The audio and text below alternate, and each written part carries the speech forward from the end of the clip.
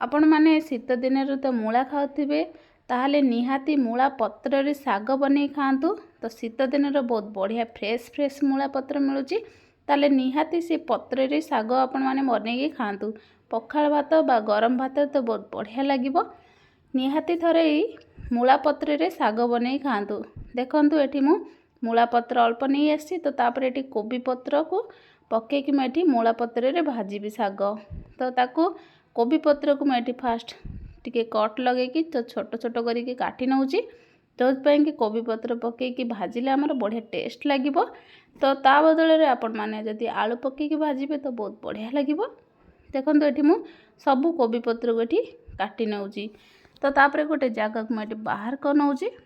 तो तापर देखो ये जो मूला पत्र मुझे रखी तो ताकू भी ये तो सेमती जमती आम शाग काटती तो सेमती छोट छोट करके आपण मैंने काटी नेबे।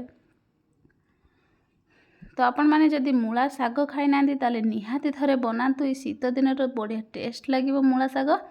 तो ये मु सबू मूला पत्र को ये छोट छोट करके एमती काटी नौजी। तो देखंतु तो ये एमती छोट छोट करके काटी नेबे जेहेतु आम शाग बनइबा तो बड़ बड़ करले तो भल लगे खाइबा को एमती छोट छोट काटी नेबे। एठी मु सबू मूला पत्र को ये काटी नौची। तो आम भलसे ताको तो धोई नहीं। तो देखंतु निहाती भाव में बनातु थरे। तो तापर देखंतु एठी मु मूला पत्र रे जो बंधाकोबी अल्प पकईकी भाजबी जो बढ़िया टेस्ट लगे। बंधाकोबी की मुझे फास्ट कड़ारे पकई नौची। तो तापर एठी पकई सारा पर आम जो मूला शाग को काटी तो तापर एठी पकई नेबी। तापर एठी स्वाद अनुसार आधा चामच एठी लूण पकई नौची। तो तापर एठी घोड़ेकी तो चले नेबी। तापर मुझे 5 ରୁ 7 मिनट कवर देके सिझे नेबी जो मूला आउ कोबी सिझीज। देखो ये आमर सिझी जाइए बढ़िया से शाग।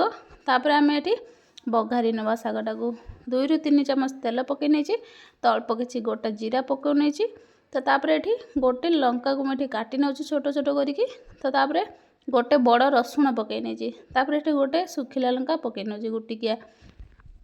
तो तापर ये मु अधिका टी रसुण देवे शागर भल लगे। तापर जो सिझेकी रखी शागटा को आम तापर पकई नवा। तापर एमती भलसे आम भाजी नवा। तो आपण मैंने जदि मूलारे शाग बन खाई ना ताले निहाती रेसिपी थोड़े ट्राए करंतु। तो बहुत बढ़िया लगे पखाल भात बा गरम भात रे। तो आपण मैंने जदि बन ना ताले निहाती वीडियो को लास्ट फास्ट लास्ट देखंतु तो जानी परिबे मूला शाग केमिति बनइबे। तो वीडियोटी भल लगे लाइक शेयर सब्सक्राइब करने।